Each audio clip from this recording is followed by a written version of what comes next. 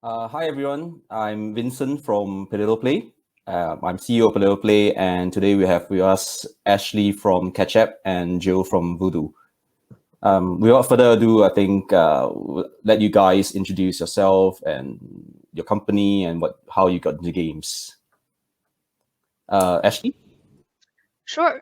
Hi, everyone. I'm Ashley, business developer and market intelligence from Ketchup. Ketchup, we are practically the first one who started hyper-casual genre in around 2014.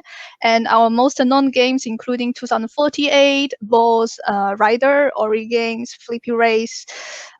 We have developed and published more than 200 games on iOS and Android, and we have around 2 billion downloads right now. In 2016, we're acquired by Ubisoft. So we are now based in Paris, and we are still here today, accompanying our partners and studios to achieve success. Thanks, Ashley. We still have fond memories of 2048, and I still play it today. Jill, would you introduce yourself? So hey everyone, my name is Jill. I'm a publishing manager in Voodoo, and I typically work with studios and developers from CPAC, but also all over the world, basically to expand the number of games that we have on the App Store. So Voodoo has been around also since about 2013. It's a pretty young company, but we launch typically close to about 70 games per year. We've recently reached 3 billion in terms of our downloads overall. We've had hits like Helix Jump, recently I think we've had Cube Surfer, Aqua Park, so on and so forth, and with Bounce and Collect, which was one of the games that actually stayed in top charts for I think 5 weeks.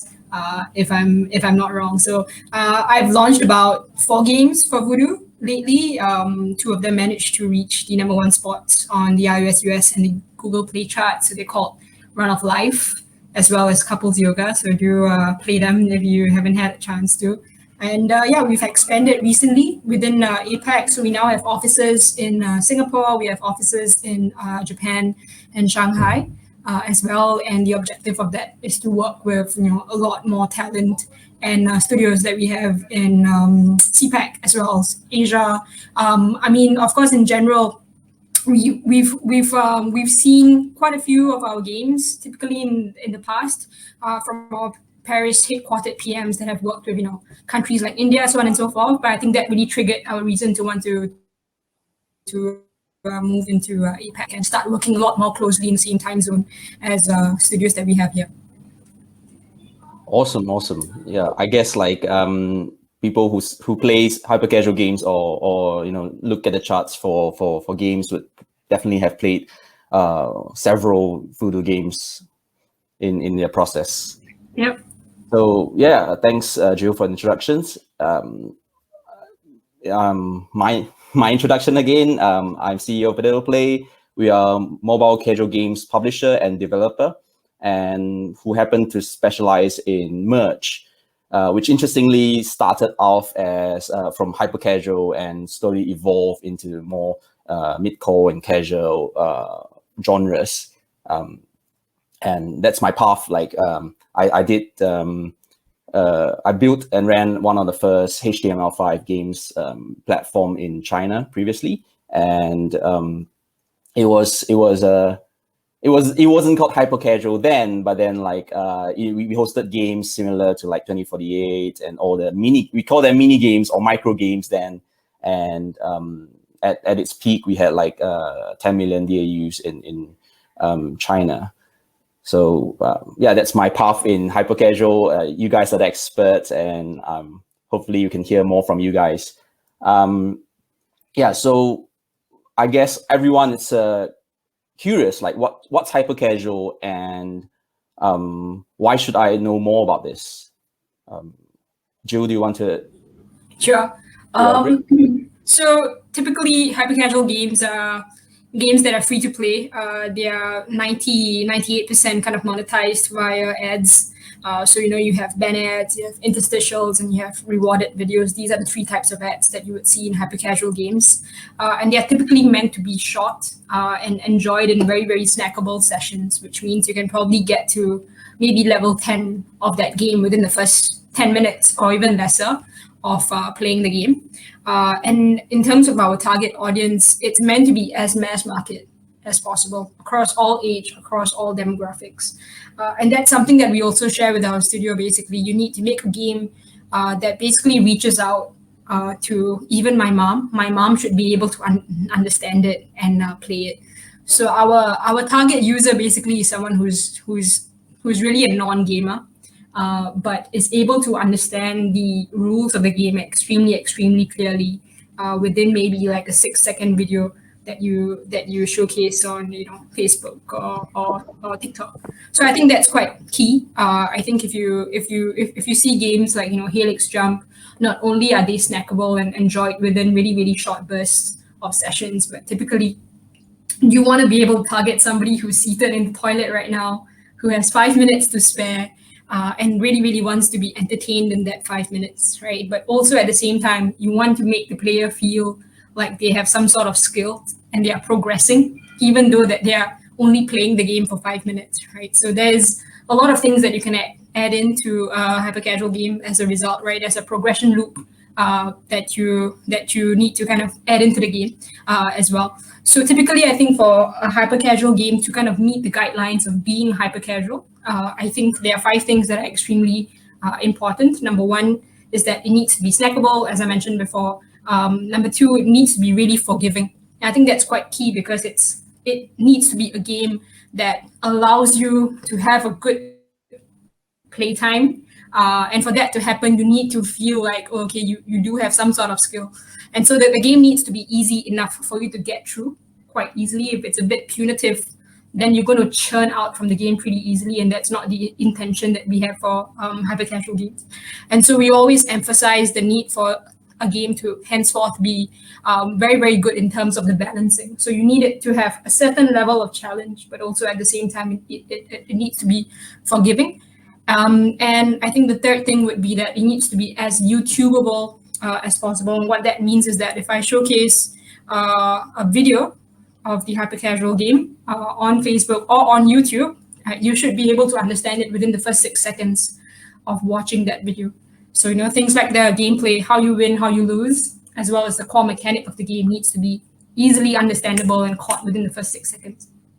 The fourth thing that I think is super necessary before I bore you guys is System 1 versus System 2. So System 1 typically is you being able to hold your nose this way, versus System 2 is you being able to hold your nose that way. So it needs to be a lot more intuitive. And that's because you want to make sure that the onboarding of the game is as clear as possible. So imagine if my mom is holding the phone and she clicks on the game, she should be able to immediately understand what she needs to do with her hands in order to play the game. All right, so that goes back to how YouTubeable it is. And yeah, I think lastly, it also needs to be extremely new. I think hyper-casual games are evolving super fast, and one of the best ways, in my opinion, to stand out and make a difference is to seek innovation in the gameplay that you experiment with. So try and think of an innovative mechanic, and it doesn't mean that you need to reinvent the wheel, but it basically means that you can kind of benchmark outside of games that you're seeing in the top charts to try and bring about a new feeling to the players out there. Thanks, Drew, for the extremely detailed description of hyper-casuals. Ashley, do you have anything to add to this?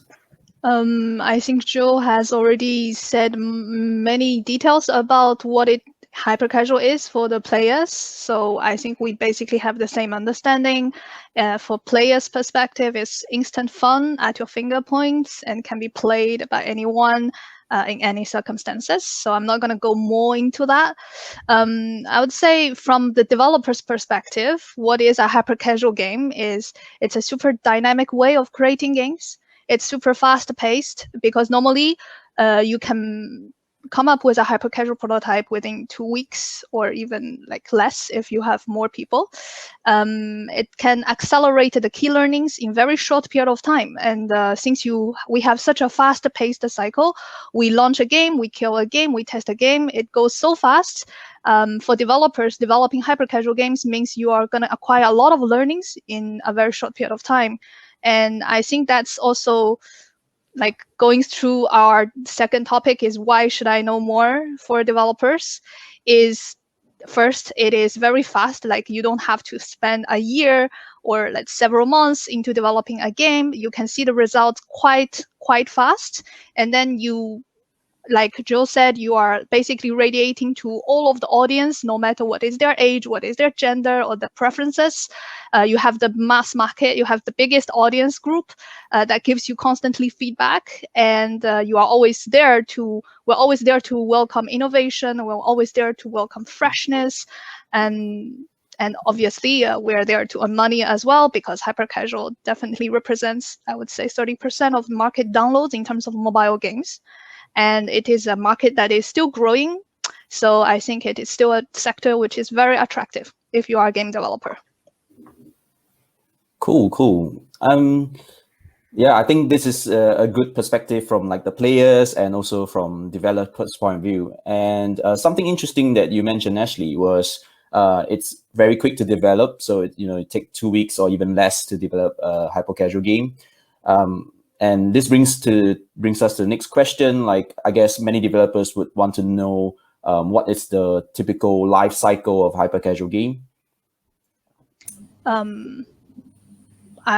Joe, do you want to start? Or Yeah, sure. I can answer that one. So I think typically in terms of the testing phase that we have, so we actually have a very, very fast prototyping mindset within the company, and that's something that we emphasize quite a bit when we work with our studios as well. So I think when it comes to testing the MVP of the game, the minimum viable product, we don't expect the game to have many levels, so it doesn't need to be that content driven. Something as low as 7 to 10 levels is sufficient, in my opinion, to be able to get a good CPI and decent enough retention, just to test the waters and see if this is something that is worth iterating on.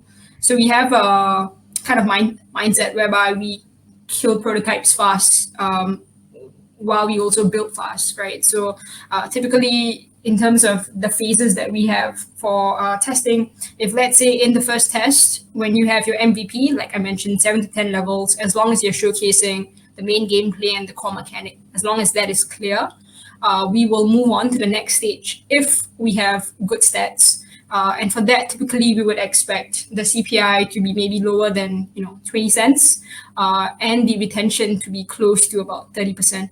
So once you reach those stats, we will then move on and start iterating further on that game. And in the second or by the third iteration, we try and decrease our CPI further or increase our retention further to be able to go into the A/B testing phase and the soft launch phase and so on and so forth. So typically pre-launch, I would say it takes about 3 to 4 weeks for a good enough game. And after that, it's about 5 weeks where you're actually in the A/B testing phase, where you're working on the game and you're testing to make sure that you have all of the features necessary to make the game a lot better, to be able to hit the charts. And then we go into a mini launch phase where we start spending a lot more on the UA side of it, and we start adding ads to the game. So when you're testing for prototypes in the MVP version, you don't even add ads in the game at all.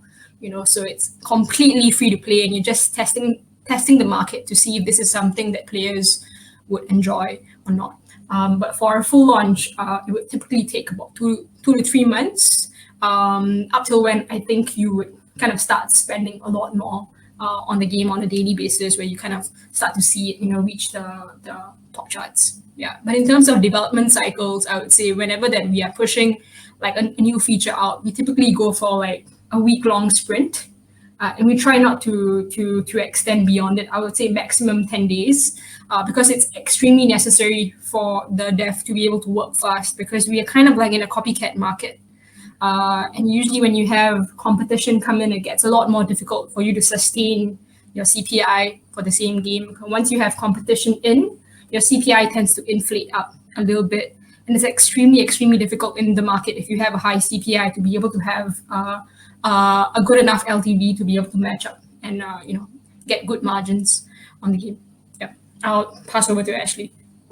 Cool. I mean, so just to for the viewers who are probably not so into like all the acronyms, CPI means cost per install, where you measure like the cost of acquisition of a user, and it's one of the important metrics of Hypercasual, where the cost per install has to be lower than the lifetime value of the user that we earn through the ads to be profitable.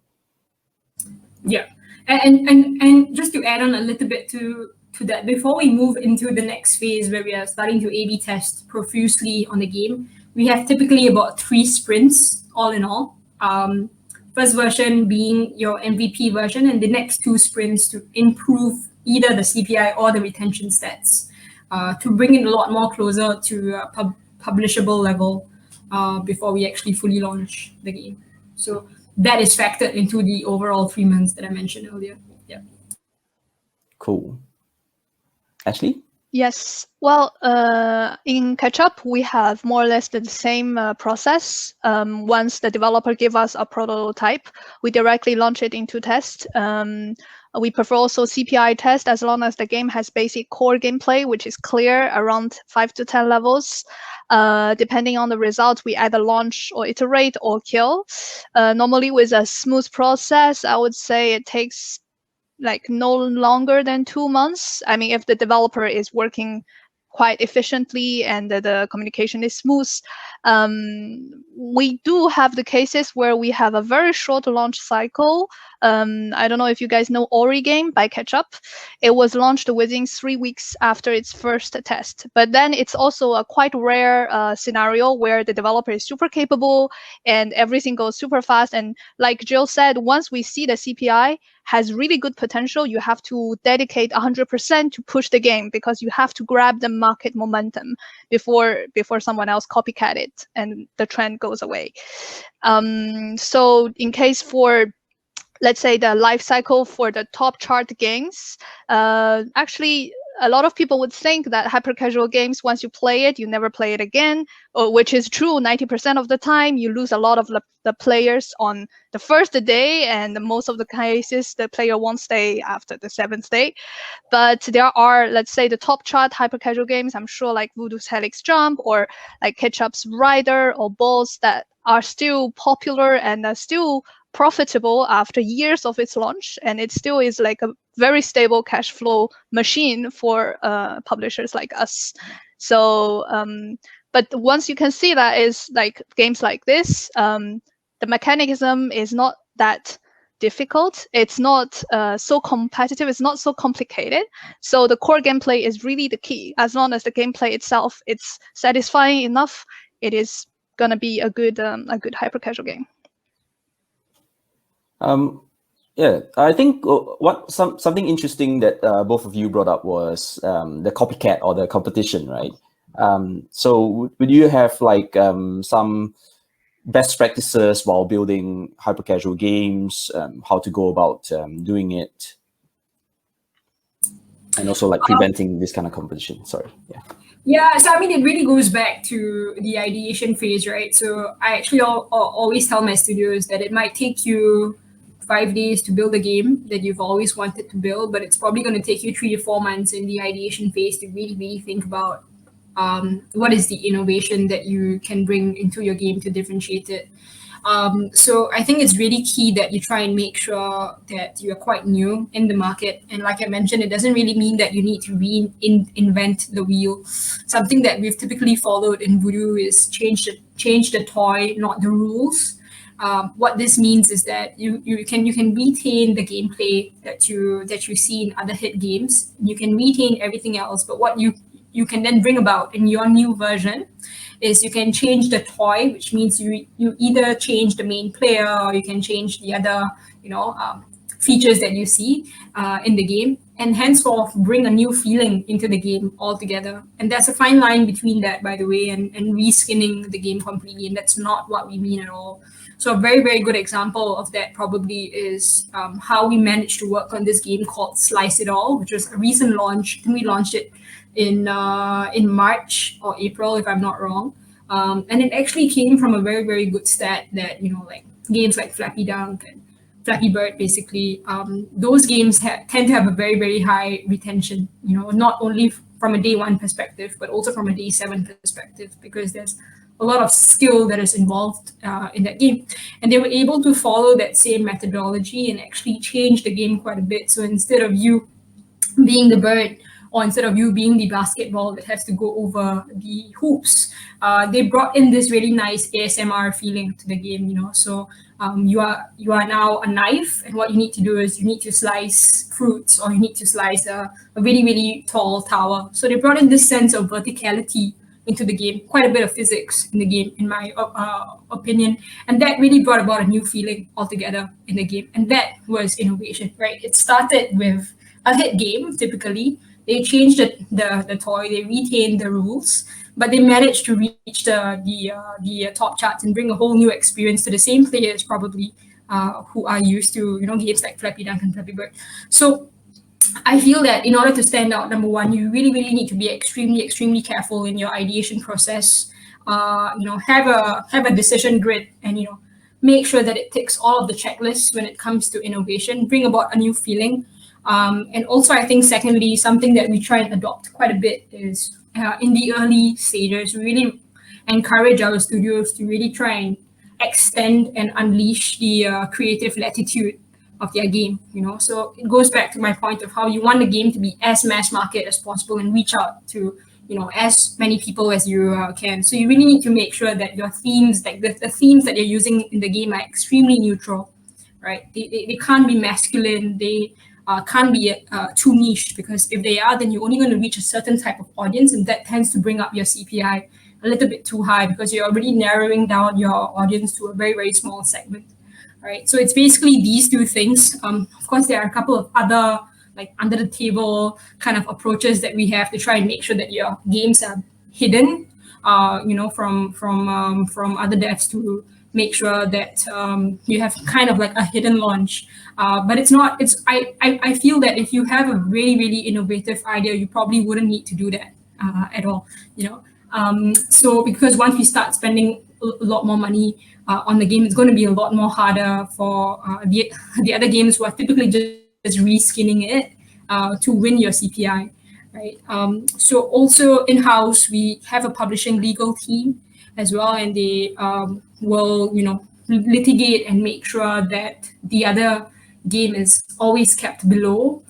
So the copy is always kept below your game on the top charts, because like I mentioned, it tends to inflate your CPI, and that happens during launch, then you've lost it, right? That CPI during launch is extremely, extremely important. So our legal team makes sure that we're kept abreast of all of the copies, basically. So the moment that we spot one, we would let our legal team know. Secondly, also make sure that we're trying to differ our games versus what we're seeing in the market.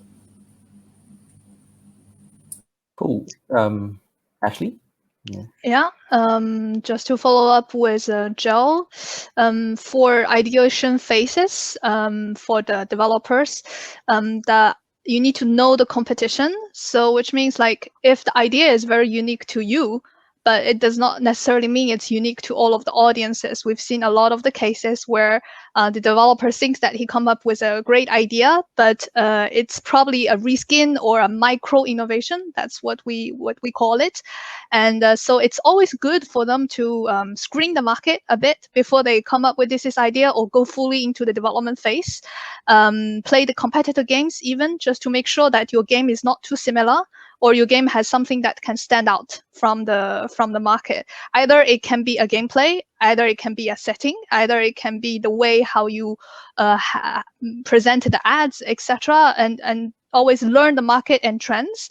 That's why in Ketchup we have a full-time market intelligence that makes sure that we are screening all of the games and always produce market trends on a weekly and monthly basis to help developers and also help ourselves to know what is the trend in the market.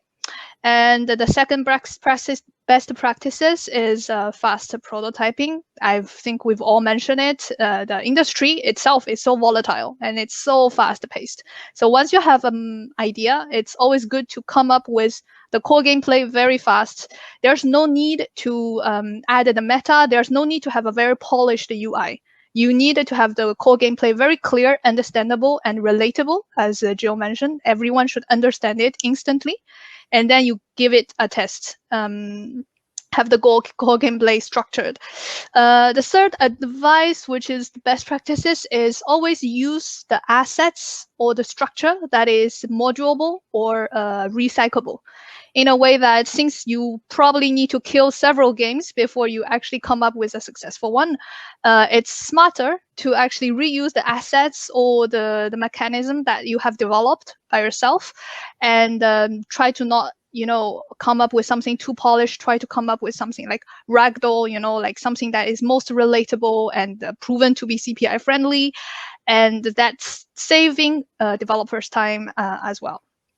And obviously, the last one is be flexible and try different approach. Like Jill said, I think the way we see it, or let's say put it in a more direct way, try the 3 Cs: the character, the control, or the camera. Sometimes when you see a game doesn't work, try different settings. For example, a more female setting.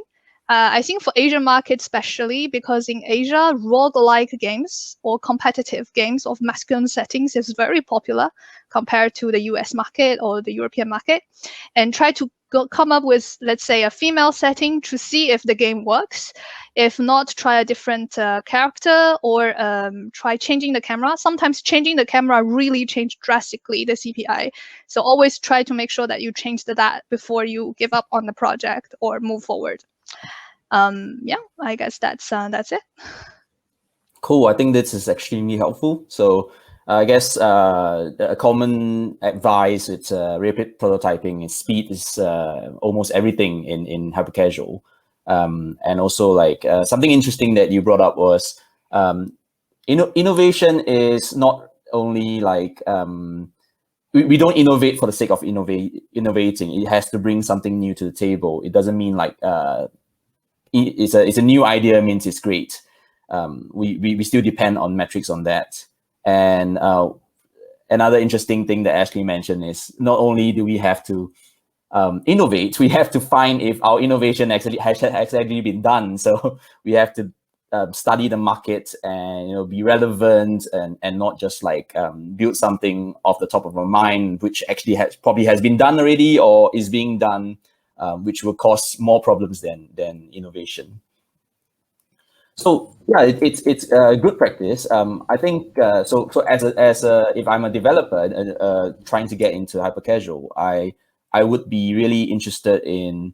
I know like these are the best practices. I know I have a good idea. How do I start? What kind of software is preferred, or maybe like if I want to work with Voodoo and Ketchup, like what's the preferred engine that I should start on?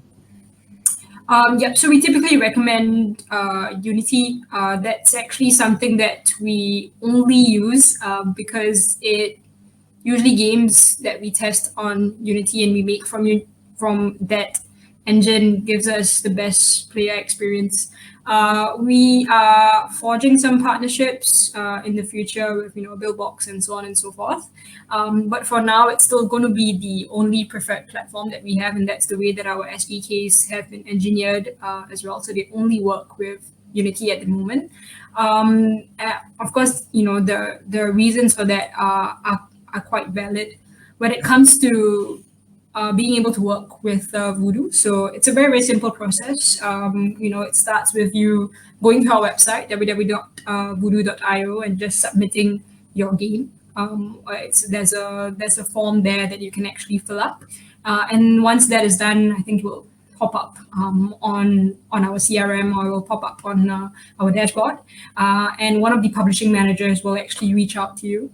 And so it typically starts with an assessment call where we aim to find out a lot more about the studio as well as the developer.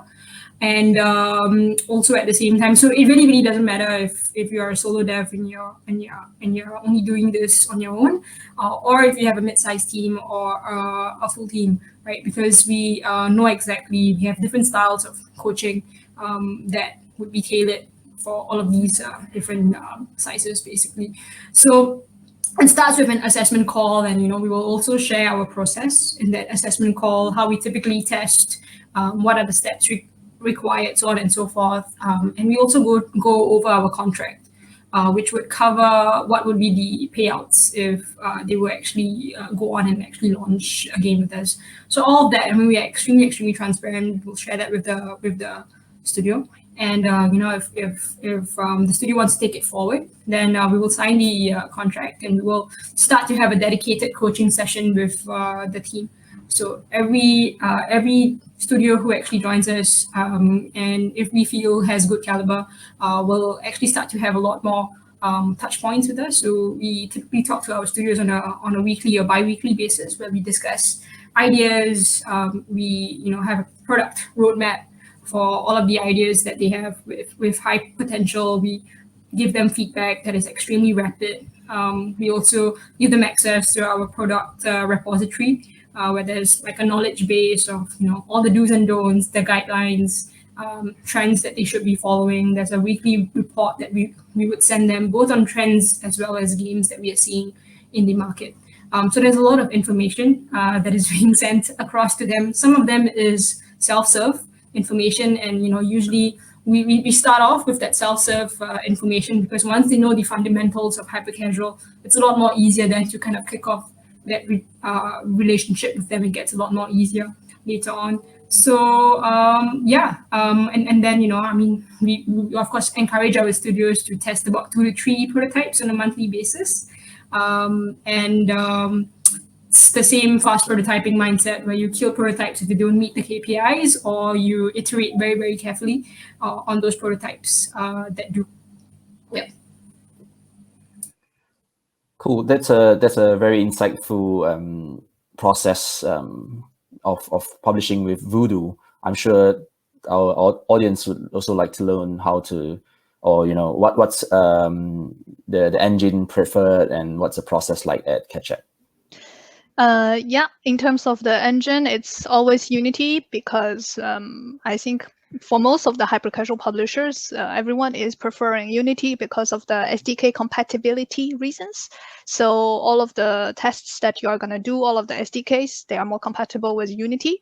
And also, as I mentioned, since all of your game assets needs to be recyclable and modulable for developers' sake, Unity is also a very good platform for you to reuse their assets. There is Unity stores. So it's easy and efficient, let's say, as a development engine. The process to work with Ketchup, it's more or less the same. You can go to our website, you can submit a game. Our publishing manager will contact you if the game has potentials, and then we'll try to launch a test. Before that, of course, we also sign a contract, and as business developers, if any questions regarding the contract or any process, I will personally explain to them, or we make Skype calls or any emails or any ways of communication they prefer. And then afterwards, they will also be invited into the channel where they have a one-to-one follow-up or conversation with their dedicated publishing manager.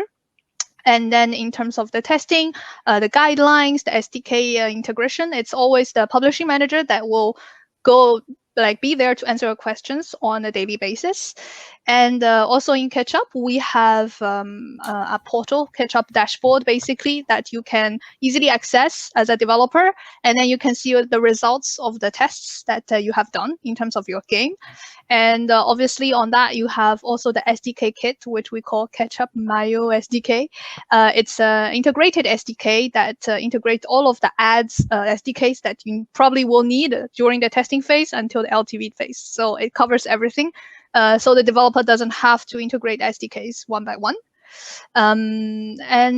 Eventually, it's the same. We try to test the process, test the game, and then try to see the results. If, let's say, the CPI is good, then we continue iterating. If it's not good, we kill it, and we try to one thing is good to mention is in Ketchup, we are very encouraged to brainstorm with the developer in terms of the idea together. It also depends on the type of developer. Some developers, they are very capable of coming up with multiple ideas very fast. That is great. And there are some developers that they are very, very good in skills, but maybe they lack a bit of the innovation or a bit of the ideation help. That's very normal. And during these scenarios, we are very welcome to join them the call. We can brainstorm with them together and try to give them some guidance and advices in terms of their ideas. Cool. I think so. Unity is the choice engine for all. Cheryl, you might want to get Unity to sponsor 2022 Industry Day for SGGA. So for, I guess, like for a developer, this is a very good insight. I know like what's the best practices. I know what engine to use. I may be a solo developer or in a small team, and we want to build the game. So I guess we kind of know the way now. And if a developer wants to go in, what can he or she expect from the whole process, or like from what are expectations? Okay. Do you mean from a financial perspective, or do you mean like just from a support point of view, like an all-rounded kind of question? From an all-rounded perspective. Okay, cool. Although, so I think the moment that they come on, there's a lot of support that Voodoo provides. Of course, we have when you do get a game to launchable stats, then or actually even before that, we will actually bring in an optimization team to actually work with you extremely closely on being able to improve the performance metrics of your game. So that is not necessarily done only when you are going to have a game that is confirmed with us. It actually is done pretty early in the process. It could be sprint 1, sprint 2, and after that, when you actually launch a game with us, we have a marketing team that actually starts to work on all of the videos. They take over the rushes and all of the creatives that you will need to actually produce to push your game out to Facebook, TikTok, all of social media basically. So they will be the ones who will come up with different kinds of unique ideas to push your game out. So it consists of a team of marketing artists as well as marketing devs.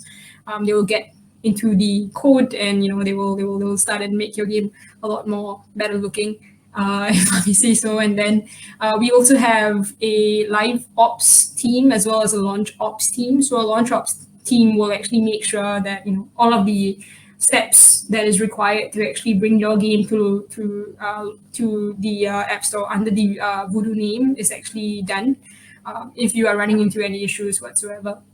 And they also typically work on certain ABs if you have trouble pushing it out. So similar to Ketchup, we also have something called Voodoo Sauce, which actually will, through the integration of Voodoo Sauce, you actually have all of the ads that are being pushed into the game, and it's extremely user friendly for the dev as well. So like within the switch of one button, you can actually change the frequency of ads, if you kind of want to A/B test it, so on and so forth. So the launch ops team is super helpful. They will also kind of get into the code. They'll work extremely closely with the dev. We have a live optimization team that actually comes in later on in the process when the game is already live on the App Store and has maybe reached the charts for a period of time. And we typically also have, like I mentioned, a legal team, but also at the same time, I think we also try and make sure that like the PMs are the ones who are actually in charge of the entire product roadmap and the product the cycle of the entire development phase, right? So we typically have about 4 to 5 sessions of A/B testing before we push a game out to soft launch and full launch. And within these 4 to 5 sessions of A/B testing, we will really test about 4 to 5 different features in the game. Right. So the PMs kind of follow through the entire process with the dev or the studio, basically. So there's a lot of support. I mean, if you are a single dev, you would see your team kind of grow to a size of 40 super quickly once you are moved into A/B testing. And I think there's also a lot of support from not just your primary PM, but also the entire publishing team in Voodoo, because we frequently have a lot of product meetings where we'll come up and we'll ideate and brainstorm and think of other features that we can add to the game. There's a lot of best practices from other games that we will actually discuss that maybe can be applied to your game if it's super similar as well. So in terms of expectations, we are really there for the studio. We have the same interest at heart that they have. We want to make sure that their games hit the top charts, and we want to make sure that they get the maximum payouts possible. So yeah, and then from a monetary perspective, I think for each game that they manage to it really ranges from game to game. I've seen games go up to even $1 million in payouts, some slightly lesser. So it really depends on a game-to-game basis. But this is something that we share with them typically at our assessment call stage, and we are extremely transparent. So in terms of our contract, we have like a fixed payment that we will be giving out to them when the game starts to break even. And then beyond that, we have a variable payout as well that is dependent on the number of downloads that the game gets. Cool. I think it's helpful to understand about the whole thing and set expectations right. So while you did mention that games are earning like $1 million payouts, so this is something that a top game can expect. And although it's not like everyone would get this, but it's a good indication of like the success in this sector or genre. Yeah, for sure. If the game is very successful, obviously, and we do get this kind of questions a lot when devs come up or just join the Hypercasual and then they expect to make millions. But sorry to cold shower you guys, but it's not that easy. I mean, there are cases that one developer come up with one prototype and that prototype instantly becomes a hit. But this is very rare. It's not magical as that. Most of the cases, the beginners of hypercasuals, their first prototype won't be successful, like won't be so much of a big success. It's very common in this industry, but do not let that be too, because it's very common. Like usually it takes several prototypes to be able to understand the fundamentals of hypercasual, to understand what the player like, and to understand what the market prefers, and then to not have the copycat that is catching up with your project. So I think this is a good thing that the developers need to know to manage their expectations when they just come into this industry. And also one thing to expect is, like I said, like copycats never really reach the success. Like actually, if you copycat one project, most of the cases you are dividing the audience into two. Like you take the audience from the already successful game to your game, but actually it's not. It's the CPI is gonna get skyrocketing because you are competing with a very successful project already, and then there's almost no winner in these scenarios. And also like never get too attached to one game. I know that for each developers, each of the games is like their baby, for sure. But try to not get too attached to the game. Try to believe in the data instead of your feeling, because this is a data-driven industry, and this is just how it is. So you need to believe the data, believe the test results. And then, yes, of course, play with the results as much as you can. Try to change different settings, being flexible. But if the game results tells you otherwise, try to not get stuck in there and get frustrated, because I mean it's not healthy for the developer themselves. And in terms of what you can expect from catch-up, I already mentioned several parts. The process is more or less similar. We also have, let's say, the full supportive system, apart from the business intelligence team constantly sharing the market trends and giving help in terms of ideation part. The publishing manager follow up on a one-to-one basis and have weekly reports, etc. We also have internal game production team, which we include the game designers and programmers, etc. So we have a weekly brainstorm session and a CPI breaker session, which means, for example, if one game is having a mildly moderate good CPI, but maybe we need a breakthrough from that, our game designers and programmers will jump in to actually see from the tech side, from the control side, whether there is something that we can do. And we also have 3D artists and ad artists that, like Jill said, we will give full support in terms of the creatives and for different platforms, and we'll make different creatives to make sure that your ads stand out. Yeah, we also have the live ops supportive team. If the game is reaching success and be there for a while, then we make sure the live ops is following up and giving more rich metas and boost retentions and keep the players with us, etc. Cool. I think yeah, it's a very good thing to manage expectations, because like even Supercell had to cancel like 14 games before they got to the next hit, and many studios have a lot of, I wouldn't say failures, but not so big hits before they reach that. And I think every game before the biggest hit is like stepping stones building towards that. So whilst you may get lucky and to hit that jackpot right from the first game, that is definitely not the expectations. It's more of a hard work plus opportunity kind of game that developers should expect. And I've seen developers, hyper-casual developers, grow over the years, and maybe they have really simple ideas as a start, but then as they build more games, they learn from it, and then a game that's like a year later is a much better game, and we can see that they have a much higher success than what they did a year ago.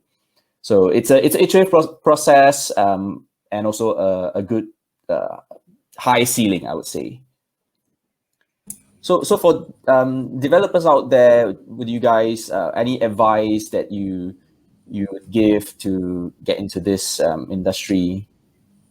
Yeah, for sure. I would say first and foremost, have passion for hypercasual. I think that it's extremely important when you enter hypercasual to be extremely persistent and to be able to embrace failure, really. And I don't think that's going to be possible if you don't really have passion for the hypercasual world, right? Because it's extremely difficult. I would say like 5 days in our market is probably 5 months, maybe in any other market, right? So that's how tough it is. And I feel that competition has probably gone down one layer in the funnel to not just at the top charts, but there's a lot of competition even at the prototyping level, at the testing level, right? There's a lot of similar games that are being tested out there. So you have grit, have passion.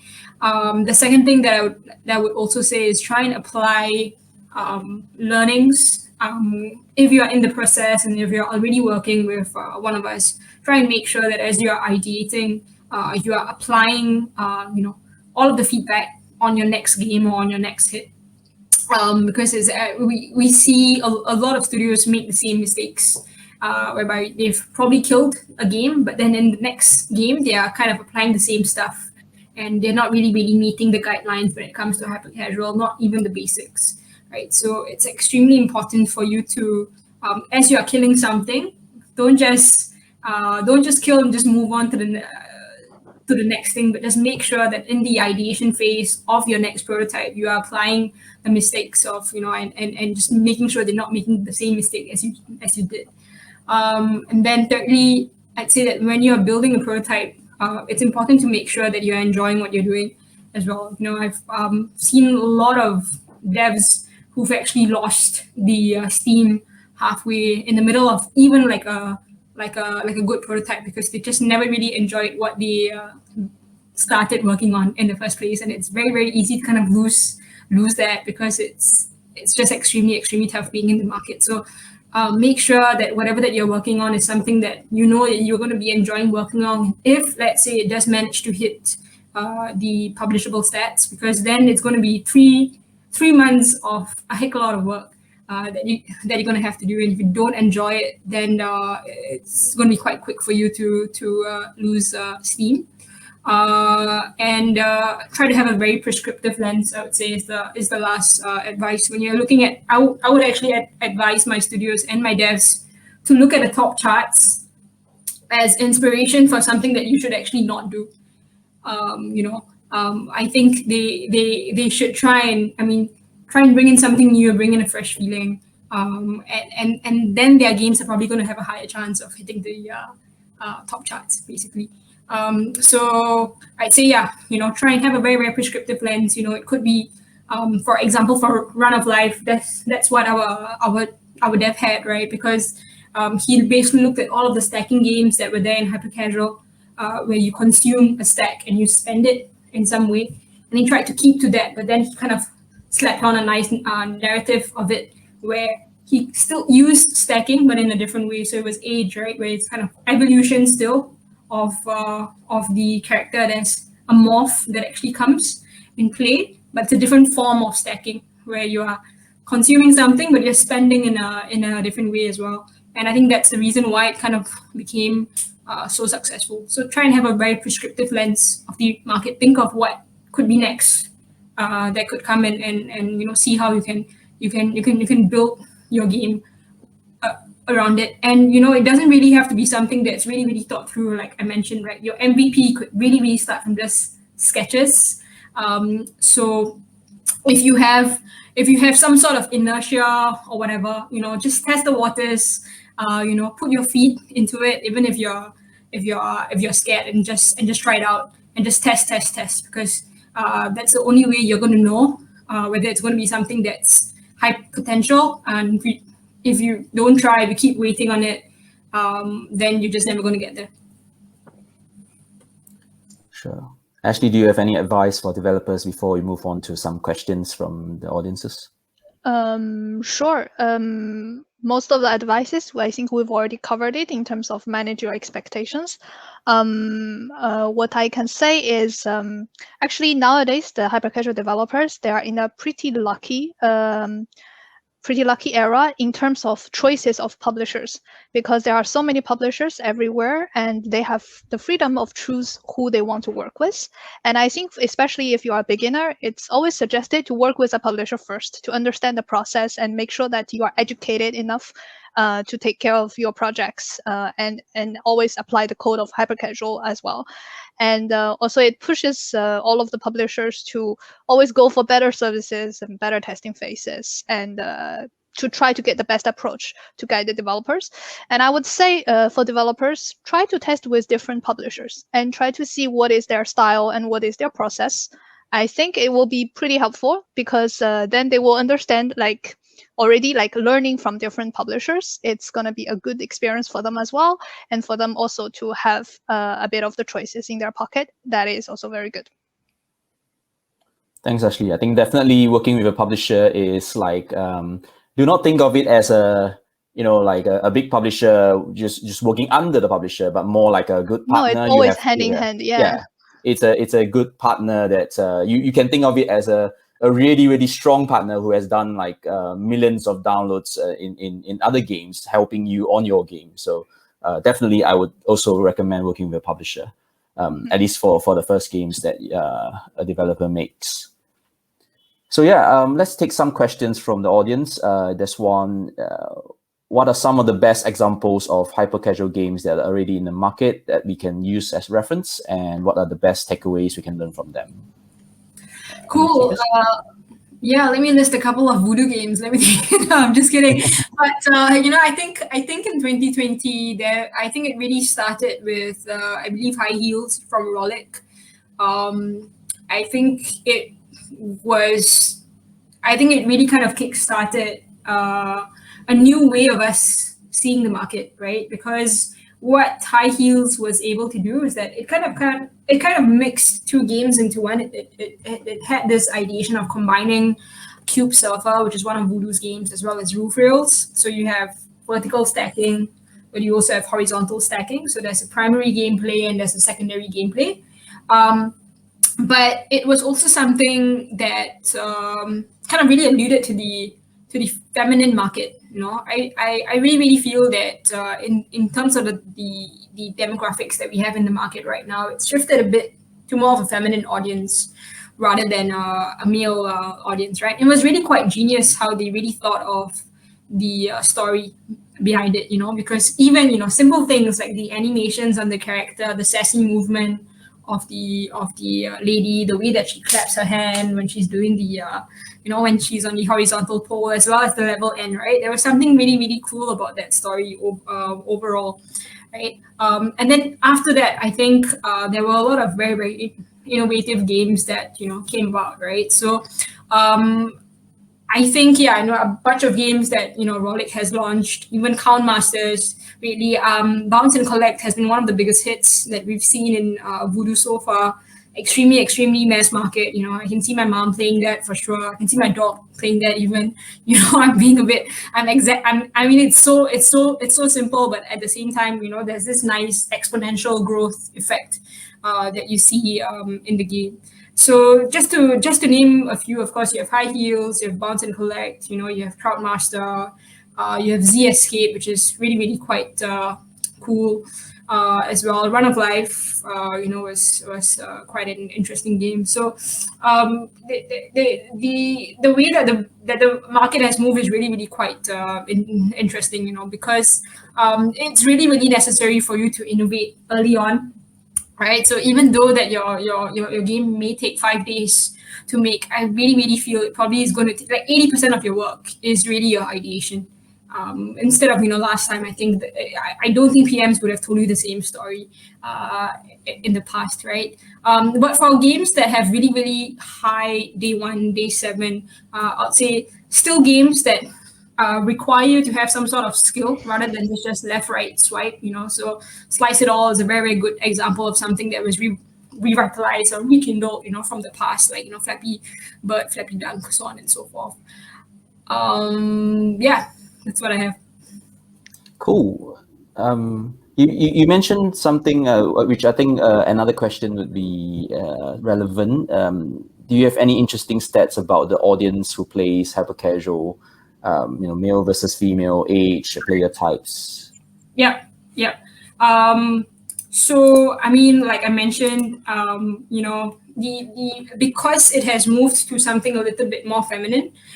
Sometimes when you're actually creating your videos, when you're putting in your first test, you know, on Run of Life, we had a 10-cent reduction in our CPI just by putting a female character instead of a male character. In the game, that's the kind of difference that it actually made. You know, putting on an animation where the girl is walking in a very sassy way, because there was something really very TikTokable about it. You know, something very Instagrammable and YouTubeable. You know, if I'm scrolling through Facebook, you know, that's something that would really catch my attention.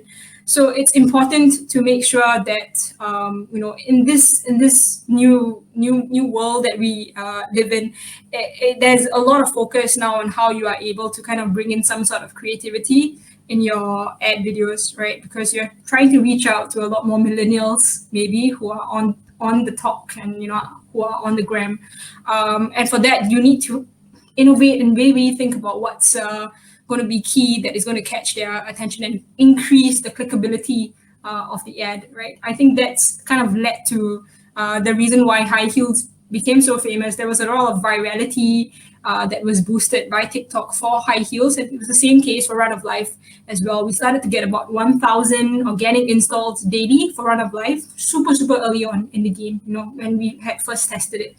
And it was really TikTok that helped us. And the reason for that was, you know, we had fans out there who really started making videos of the game automatically without us having to put in any effort. And it was those videos that actually kind of brought in a lot more installs for us. So we really got to think from like the perspective of your customer, right? And your target user, right? What is it that is going to enable them to want to click on that advertisement? So it's all these weird things that will actually reach out to them a lot more.